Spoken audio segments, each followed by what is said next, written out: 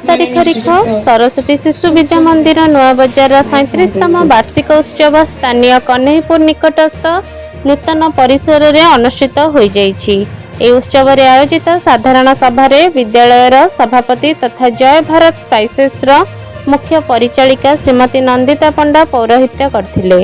मुख्य अतिथि भावे झारखंड राज्यर उच्च न्यायालय पूर्वतन मुख्य विचारपति तथा वर्तमान जातीय मानवाधिकार आयोगर सदस्य न्यायमूर्ति डॉक्टर विद्युत रंजन षडांगी जोगदे प्रदीप प्रज्वलन करने सह आदर्श शिक्षार गुरुत्व विषय वक्तव्य प्रदान करथिले।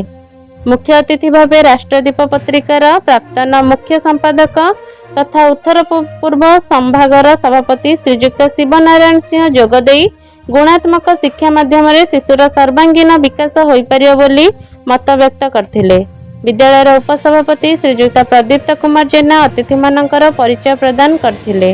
प्रधान आचार्य श्रीजुक्त मनोज रंजन सेठी वार्षिक विवरणी पाठ करने सह स्वागत भाषण प्रदान करथिले।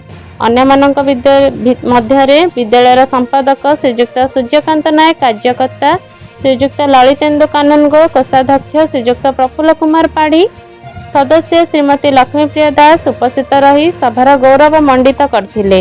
एही अवसर में अतिथि मानक द्वारा विद्यालयर मुखपत्र अन्वेषा उन्मोचित होइथिला।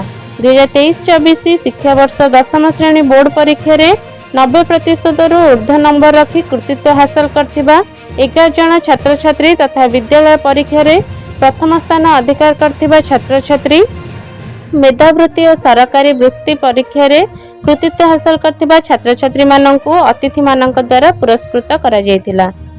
कटक मंटू संग रिपोर्ट न्यूज।